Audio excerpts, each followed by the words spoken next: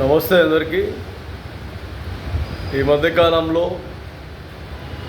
SC సామాజిక వర్గాలలో యువతను చాలా వరకు అనుమానాస్పదంగా చంపడం,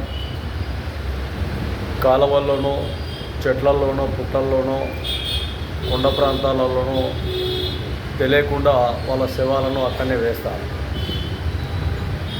ఎస్సీ సామాజిక వర్గాలలో యువత చదువుకుంటున్నారు, ఉద్యోగ అవకాశాల కోసం ఎదురు చూస్తున్నారు, సామాజిక విధానాలతో చైతన్యవంతులు అవుతున్నారు. మరి కొన్ని విషయాల్లో ఎందుకు చైతన్యవంతులు కావడం లేదో ఒకసారి బాగా ఆలోచన చేయండి. చదువు మంచి విజ్ఞానాన్ని, మర్యాదను, ఎన్నో విధాలుగా ఒక నిబద్ధతను తెలియజేస్తాయి. కానీ కొన్ని విషయాలలో ఇంట్లో వాళ్ళకు తెలియకుండా, తల్లిదండ్రులకు తెలియకుండా కొన్ని చిన్న ప్రేమ పెళ్ళిళ్ళు అంటూ కొన్ని లైంగిక వ్యవహారాలపైన, అక్రమ సంబంధాలపైన ఇబ్బందులు గురయ్యే ప్రమాదంలో మీరు కొన్ని విషయాలలో పొరపాట్లు చేస్తున్నారనేది కొన్ని చోట్ల వాస్తవమే కదా. అయితే ఇలాంటి పరిస్థితులలో రాజకీయం లేక, అండదండగా లేక, ఎక్కడ కూడా వ్యవస్థలో మనకంటూ ఒక ప్రత్యేకంగా రాజకీయం అంటూ లేక ఇబ్బందులు గురయ్యే నేటి సామాజిక వర్గాలకు ఎన్నో విధాలుగా ఇబ్బందులు గురవుతూనే ఉన్నాయి. ఆ విధానాల్లో భాగంగా ఒక సామాజిక వర్గానికి, రెండు సామాజిక వర్గాలకి మాత్రమే కాదు, ఎవరైతే ఇలాంటి పొరపాట్లు తప్పులు చేస్తున్నారో వీళ్ళందరికీ ఈ స్థితిగతులే పడుతున్నాయి. కాకపోతే ఏంటంటే ఎస్సీ సామాజిక వర్గాలలో ఉండే యువత ఎస్సీ సామాజిక వర్గాల నాయకత్వాన్ని, ఎస్సీ సామాజిక వర్గాలలో ఉండే సంఘాలను, కుల సంఘాలను ఎక్కడ కూడా విస్మరించకుండా వాళ్ళ నాయకత్వాన్ని బలోపేతం చేసే విధంగా ఉండాలి.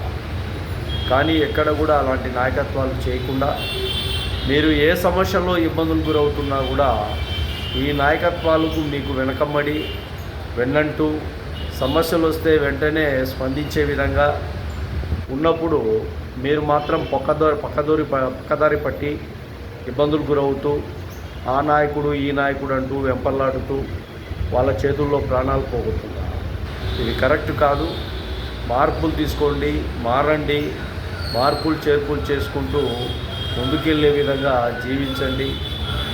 వీలైతే రాజకీయ విధానాలతో బయటికి రండి, రాజకీయ విధానాలతో ముందుకు రండి, రాజకీయ విధానాలతో నాయకత్వం తీసుకోండి. ఆ నాయకత్వము ఒక బలోపేతంగా ఎంఆర్ఓలతో మాట్లాడండి, ఎంపీడీఓలతో మాట్లాడండి, పోలీస్ అధికారులతో మాట్లాడండి, ఉన్నత స్థాయి అధికారులతో నేర్చుకోండి. ఏ పార్టీలోనైనా ఉండండి, అది మీ ఇష్టం. కానీ నాయకత్వం అనేది ఒక గ్రేట్గా ఉండే విధంగా మీ ప్రణాళికలు తీసుకోండి. ఇలా ప్రతిరోజు అదొక చావు, ఇదొక చావు, అక్కడ ఒకరు చంపారు, ఇక్కడ ఒకరు చంపారు, క్లారిటీగా పేపర్లో చూసినా, ఎక్కడ చూసినా కూడా, ఈ సోషల్ మీడియాలో ఎక్కడ చూసినా కూడా వీళ్ళ చావులు మాత్రమే బయటికి వస్తున్నాయి తప్ప వేరేటి ఎక్కడ కూడా బయటికి రావడం లేదు.